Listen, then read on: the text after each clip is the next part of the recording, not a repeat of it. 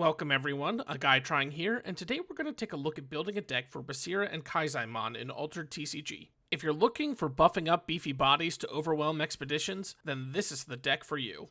Basira and Kaizaimon are a Bravos hero whose ability reads, when a character you control gains one or more boosts, you may exhaust me to have target character gain one boost.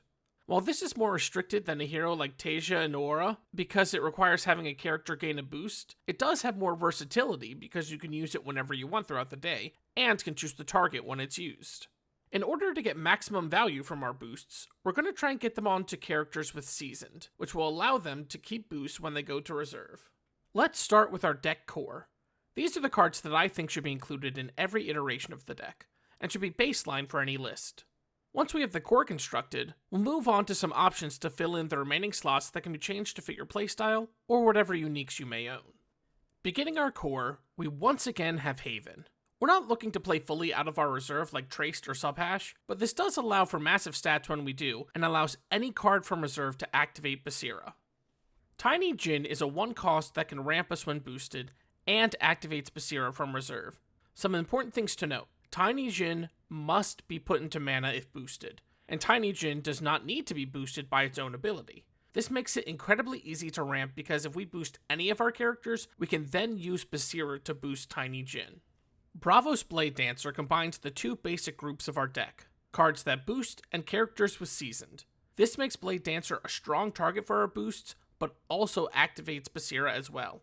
The first couple of times we play Bladedancer, we'll probably want to target other characters with Basira so we can keep her second ability active and recur value.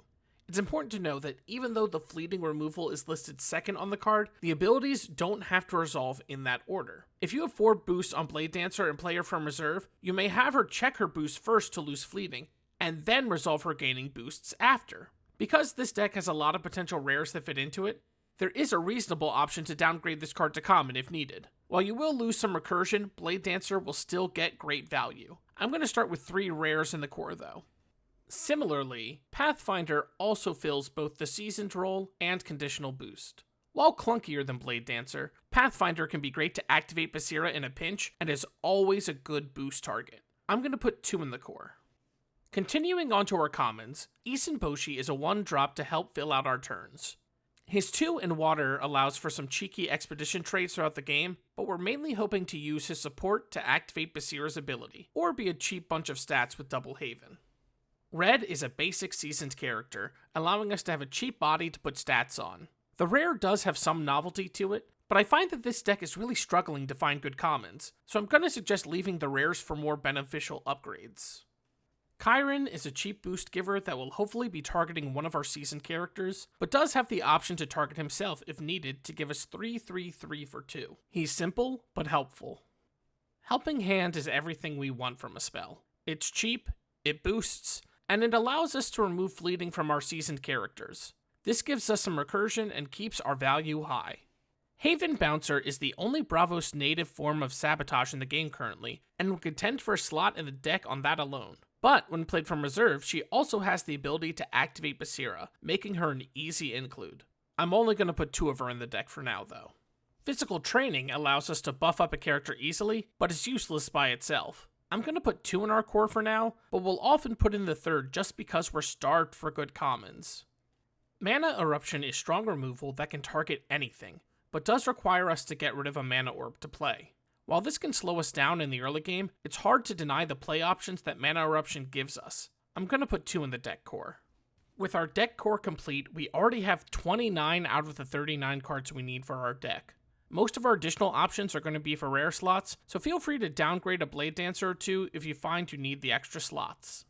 Bravos Vanguard is helping hand with the body, so it'll often feel very good to play. You can downgrade to the common version as well, but that does lose the ability to activate Basira.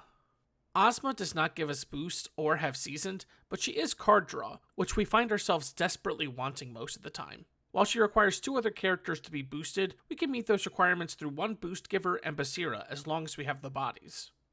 In our beefy buff barrage, Atlas is the best burly body we can get. Not only does he have Seasoned, but Gigantic allows his stats to count in both expeditions, essentially doubling his stat output. Mighty Jinn is additional ramp for our deck, but can also allow us to draw a card if we need. While they do cost a bit more and don't advance our boost game plan, they can give great support to the deck. Mana Reaping can be another form of removal that gives your opponent mana instead of causing you to lose one. While this is better overall than Mana Eruption, it's not in our core because it's a rare. Kelon Cylinder can help us activate Basira whenever we want, but we'd rather have Haven in our permanent slots for go-wide buffs. Cylinder can help enable uniques that require landmarks in play, but I would only run 2.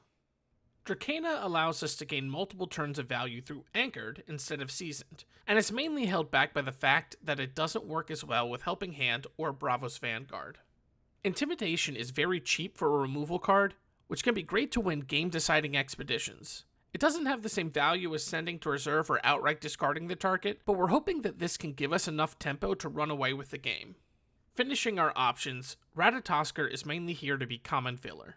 If at the end of constructing your deck you find yourself with a slot or 2 left over for commons, feel free to toss him in. He's not amazing, but he's not bad either. This brings us to uniques. The first uniques that come to mind would be the infamous infinite combo enabled by unique Foundry Armorers. Although I don't think you can get both uniques into play at the same time often enough for it to be consistent, these cards work well in the deck regardless, so if you have them, go for it. We're looking for uniques that proc a passive when a character gains a boost, help us gain boosts, or have additional bonuses when they have a boost. With my uniques, I'm going to immediately disregard any that don't have the word boost on them. So goodbye, Tanuki. This leaves me with 6 uniques. While this Ozma and Order Spy are both usable, I'm going to get rid of them because I think getting them 2 boosts for them to be active isn't incredibly reliable. The Dorothy Gale seems impressive at first, but feels very disjointed. You have to have 2 characters in play to get use out of her first ability, but you want her on board when you play characters to get value from her passive. So I'm going to use these 3. 2 of these are able to gain boosts themselves, while the third helps others gain boosts. With all that done, this is my finished deck list. The QR code should take you to the deck on Altered.gg, but there's also a link in the description. In all, Basira and Kaizaimon is a fun deck that can teach a lot about proper sequencing and expedition placement. You'll want to be careful though. While it's tempting to always boost a seasoned character to insane heights, that can leave you incredibly weak to removal. You'll have to find a balance of when to go tall and when to go wide on your board. Thanks everyone for watching. I hope you found this helpful in some way. If you did, feel free to like and subscribe, but if you made it this far, just know that I'm happy you stayed with me this long. This is my 3rd deck guide so far, and I've made a playlist for them if you want to check the others out. I want to get a deck guide out for each faction, but also have some ideas for general game info and some gameplay videos as well now that BGA is more stable. If there's anything you'd like to see, let me know in the comments, including which heroes you'd like to see guides for. That's all for now, but I hope we see each other again.